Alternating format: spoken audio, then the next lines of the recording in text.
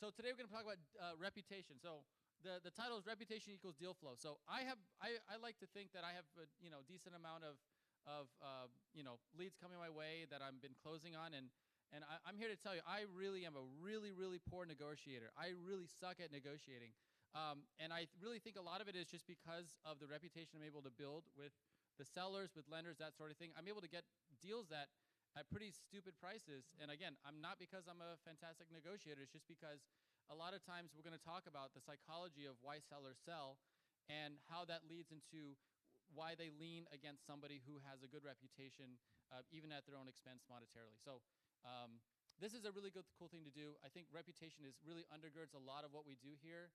And it's not something we talk about all the time, but I mean, how many people have ever done a deal that didn't work out because the person was not who you thought they were? Okay, no names, right? And if you look around the room, you don't see those people in the room anymore, right? So you don't see those people in the room because if your reputation goes sour, and especially if you don't take the right steps when things are not going well, then it's hard to pull out of that. So I think it's really, it's so important to keep a good reputation and to do things that continually to keep a reputation good, because things are not going to always be good. But you have to, the way you act when things are bad can really, the way you act when things are not going well can really say volumes about who you are and build your character for people who are unsure about you. So a little bit about me is I went from $95,000 to $0. Ask me how. I quit my job. When I quit my job, I had 0 mobile home flips under my belt. I had 0 leads under my belt.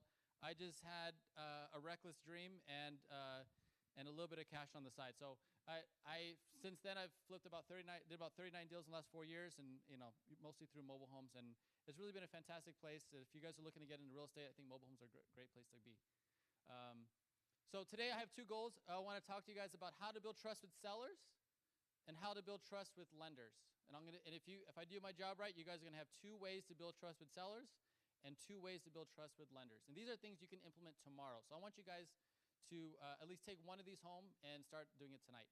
Okay, so first off, I have a question for you guys. I want you guys to find a pair. It could be your spouse, could not be your spouse if things aren't struggling.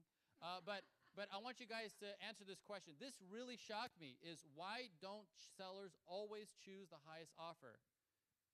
Why don't sellers always choose the highest offer? So I want you guys to talk in a little group.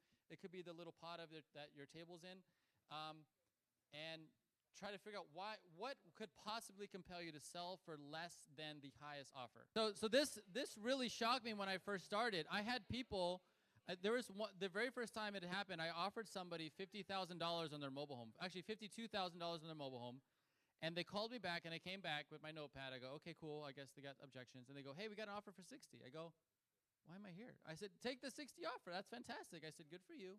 Take this offer for 60. When sellers solve their own problem, I always congratulate them. I don't try to go behind the back. Hey, congratulations, you solved your problem. Take the 60. And they go, oh, no, we're not going with them. I go, why not? They offered $8,000 more than me. They go, no, we're going with you. And I said, well, why are you going with me? Like, why are you saying no to $8,000, right? And so again, before I say the answer, I want to hear some of your answers. So why don't sellers always choose the highest offer? I heard, so someone put, Mr. Aaron. Trust. Okay, trust. Okay. Say else. Emotional. Like you tell them, oh, I'm buying it for my mom. They like that fact that somebody else is buying it. Okay, so emotional. If there's a story there, I'm buying it for my mom. They feel more connected to that person. Right. Their house is going to be in good hands. Farrah. They know I'm going to close. They know you're going to close, so there's certainty, right? They know that you are going to do what you say you're going to do, and yes. Cash buyer, okay, so they might feel, okay, there's more certainty there, you don't have to get a loan, that sort of thing. Okay. Anything else? Yes, Caitlin. Right. They like Caitlin. I mean, who doesn't like Caitlin, right? Yeah. Yeah, let's all be Caitlin in the future. That's actually one of our to-do lists. So they like you, right? So they build a rapport with you. There's a comfort level they have with you they don't have with somebody else. Urgency, so maybe they might have part of their higher offer now, but they might not have all of it. You have it now. You can solve their problem today. Yes, Ray. Say again? Contingencies. Okay, so lack of contingencies. Right. Yes, Andy. Flexibility of closing dates. So it's not necessarily that they need to get all the money, but they just need to. They want to be comfortable. They want to move to the next place. They don't want to be stuck in a hotel for 2 weeks during their transition period. They feel like you actually care about them and care about their best interest, and not just saying here's my number. It's not just a cold offer. There's more behind it. Anything else? Okay, so I heard a lot of good stuff here. So I heard trust. I heard care. I heard urgency. I heard certainty. I heard emotional connection. I heard building rapport with them. They like you. They want to sell to you. Yeah. So I mean that I think definitely all plays into it. The answer that guy told me, what lady told me was, oh, because I trust you. So that was the first answer we got. I trust you. I trust that there's certainty that you can close, that you have the money, that you're going to do what you say you're going to do. I know that with you. And so here's a text I got about a month ago. I've had a few of these, but this is one that goes, hey, Darren, I got two other offers similar to yours. One was a little higher by $2,000, but I feel more comfortable going with you, so I will accept. Right? So comfort. So for them, comfort was worth more than $2,000. They're willing to say no to $2,000 because they felt that I could solve their problem. And I actually had more texts from this guy. This guy would text me and call me all the time saying, are we still good to close? Are we still good to close? So for him, his fear of not being able to close was greater than $2,000. And so when I met him, I gave him the money, and I asked him to leave me a review, and his review was he did what he said he was going to do. That was what he liked about me, is someone who does what they say they're going to do. So a lot of times building reputation, it doesn't take a big grand action. It's just doing what you're saying you're going to do for a long enough period of time until you make a reputation out of it. So so here's three of the ones that I heard. Fear of loss, right? So when you buy these mobile homes, especially for cash, what's happening in their life? Again, I use mobile homes, but you can use any property, really. When you're buying these homes, what's going on with their life? Why are they selling it for cash? Give me some reasons. Some sort of crisis, okay. Foreclosure, death in the family. A lot of times death in the family accompanied by, I can't pay for my house and this house, right? So I'm scared of losing this house. I'm scared of being evicted. I'm scared of losing this. And so for them, have someone who says, I have, one of the first things people do when they call me is say, what's your process, right? Because they want to say, what they're saying is, what's your plan of action? If I sell you my house, what are you going to do with my house? Right? So you have to have a strong plan of action. So another one is urgency. I heard urgency. So if you give them a clear timeline, then a lot of times they say, okay, well, I can feel comfortable with that. This guy gave me a timeline, and I see every day that he's marching towards the timeline he told me. He didn't overpromise. He said, this might take 3 weeks, but I've seen it take longer. I've seen it take shorter. Let's keep in touch. And the other one, and actually keep in touch. And Fair makes a good point. When you say keep in touch, actually keep in touch. Call them. Hey, even if you haven't heard anything, hey, I haven't heard anything this week. Just want to let you know, here's my next step. I'm doing this. I'm calling them. I'm texting them. I'm going to drive by and visit. I'll let you know what happens. And then do it. And the next one is an unmet need, right? So they have some sort of unmet need. Maybe they're losing the house. Mom died. Maybe it's too emotional for them to go back in the house. They just want to get rid of it without having going through those emotions. So if you're able to give your sellers a strong plan of action, give them a clear timeline, and you're able to meet their need, then a lot of times they'll go with you over a higher cash offer. Right? Even if the contingencies are the same, even if there's no loans, if it's just dollar for dollar, then if you're able to clearly meet their need, then a lot of times they'll go with you. When I structure my offers, I actually don't structure it with the dollar first. I actually structure it with the dollar amount I'm offering almost as a bonus, right? I had a guy where I bought he was selling his mobile home, and he kept saying, I said, well, why are you selling your mobile home? And he said, well, I lost my job, and I don't know what to do, and I don't want my credit score to go down. And I said, okay. He goes, yes, I don't know where to go. I have to find somewhere else to go. I can't pay the space rent this month. And do you know if you don't pay your space rent, do you know if they report to the credit bureau? And if so, will my credit score go down? And I said, oh, okay, right. So we talked about it a little bit. And then later on in the conversation, he goes, yeah, I have to find a place to stay, but my credit score is good now, but I don't know if my credit score is going to go down. He said it 3 times in that call. So what did that tell you? What was his primary concern there? His credit score, right? That's not something that I've never in my life made an offer based on a credit score.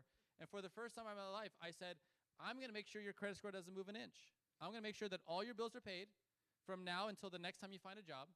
And I'm going to do that by making sure that we'll pay the space rent for the next month while we're going through escrow so your credit score doesn't go down. and then I'm going to give you 6 months worth of living expenses so that you can pay all your bills and your credit score doesn't go down. And in those 6 months' time, then you can find a job, and once you have a job, you can make money so your credit score doesn't go down, right? So I kept hitting the same credit score. So he goes, this guy is solving all my problems. And I said, on top of that, I said, and he says, okay, well, what are you thinking? And I said, well, I'll help you move. I'll give you 6 months worth of living expenses. So I said, how about $10,000 a month? I'll give you $60,000. And he thought for a very long time. He goes, I don't know how you know it, but that was actually the bottom of my offer. I was actually willing to accept that. So I bought it for $60,000, ended up selling that about 6 months later for about $230,000. Yeah, so it was a big payday. But again, the number I offered him was just the 60,000 was not the first. I didn't lead off with the 60,000. I led off with, here's your problem, here's how I'm meeting your problem. Here's your other problem, here's how I'm meeting your problem. Here's your problem, here's how I'm meeting the problem. Also, 60,000. I'm a nice guy. I'll give you 60,000 on top of that. So if he says, I'm meeting his problem, I'm meeting his problem, I'm meeting his problem, and here's some money, then it's hard. It's much more likely he'll say yes. If I said, here's my offer, 60,000, I don't know if you would have said yes to that. Right. Question.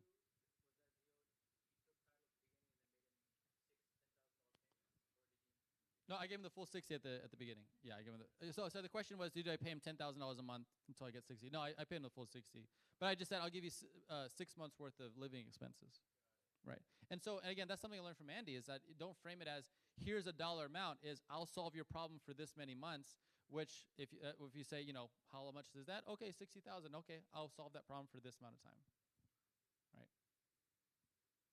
So again, I'm not a very good negotiator. I think my strength is more in like the setting, like making the offer, and then hopefully they don't counter it because I'm like, I don't got anything after that. Yeah, I don't know, man. I don't know. So the question is, did he get to stay in the place for 6 months? The answer is no. But what we did negotiate, to Andy's point, is that I let him choose the move-out date. I said I will not close on your mobile home until you find a place to stay. So he felt secure that him and his dog were not going to get kicked out in the cold while some evil investor stole his house for $60,000.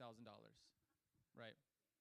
So he was able to stay in his house with his dog, live a comfortable life. Nobody ever had to know his troubles, and he moved into an apartment and looking for another job. Question? Question is, how soon did he move out? I think it took him about 3 weeks to a month. Yeah. Yeah, I mean, for a lot of these, I mean, if it's the right person, a lot of times, once they like you and they're locked in with you, then like, okay, I'm going to start looking for a place. And again, you don't close, for me, I don't close until they move out, so there's no risk of having to evict or anything, because, if they say they might need a little bit of money, then I might say, okay, well, if you need a little bit of money, I'll give you a little bit of money, something I'm okay losing, but not enough. The question is, do you use escrow every time? I usually do use escrow, and on stuff like this, I almost always use escrow when they're still staying in the place. Yeah.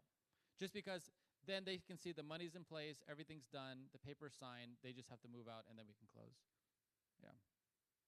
Yes. So you gave him the 60, but you had no collateral and exchange at that time? No, I didn't give him the 60 until he moved out. Oh, got it. But the $60,000 was in escrow, and all he had to do was just make one phone call and say, hey, I'm out, and then that money would go right in his bank. Okay. Yeah. So he knew that at any time he could have that 60,000. Yes.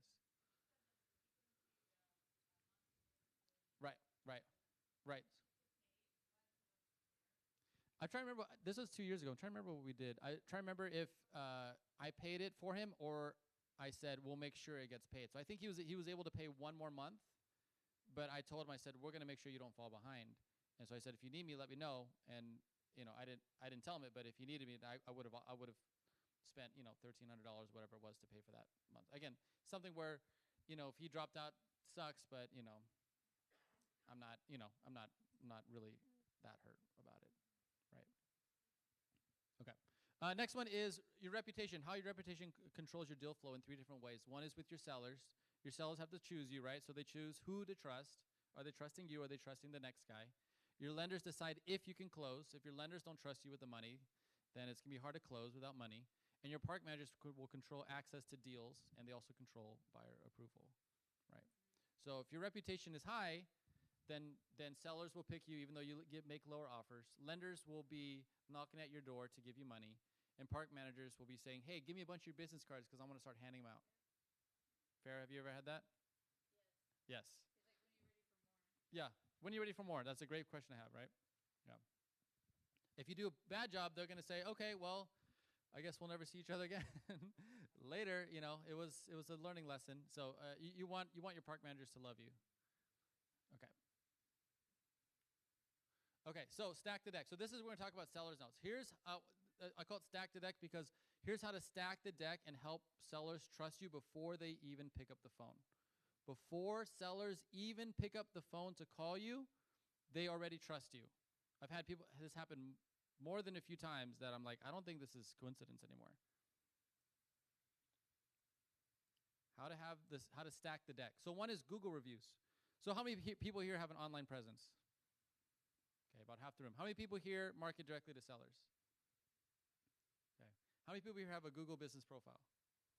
Okay, well, okay, most of you. Okay, so Google business profiles are fantastic because it legitimizes your business. It shows that you're actually somebody who's doing business. What I do is I got a virtual address, so that's actually not my real address on there, but I got a virtual address on mine. And so if they come knocking my door, like, okay, I don't know, like, so you can see that's me at the top. That's Miguel buys mobile homes. I don't know who that guy is, but and then there's Riverside Home Buyers. That's Charlie. So I just pulled the first. Those are just the first three. So again, yeah, is that your real address? You don't have to say publicly. No, that's actually the post office in downtown Riverside. Okay, yeah, see, so Miguel used the post office. So if you have an angry seller, then they can buy some stamps. Yeah, yeah. I'm going back. The next one is video testimonials, right? So this is another great way to have people who have already sold to you tell you how great it was, how you were consistent, how you did exactly what you said you can do, right? Going back to that beginning, how you had you were consistent, you had a strong plan of action, you told them what's going to happen and when, and you met their need. And if you can have them say it in a 30-second video, that can really help you out a lot. And the last one is park manager referrals. We talked about already. Having a park manager hand your business card to say, hey, I know you think about selling your mobile home. Here's somebody who buys in this park. I know he's good for it. Give him a call. That means so much more than if you're just someone sliding it underneath the door. Okay? So, Sarah, why don't you if you want to take this one. So this is your Google business profile. So I set up a Google business profile. It's pretty simple to do. You set it up, and then they want to see some real address. They like it a lot more when they see a real address on there. So for me, I'm paying about, I don't know, $8 a month or something like that, or $8 a year, something like that. And I get a virtual postal address somewhere in Magnolia, I don't know. And then from there, then I start currying reviews. So whenever people have a good experience with me, I ask them to leave me a review.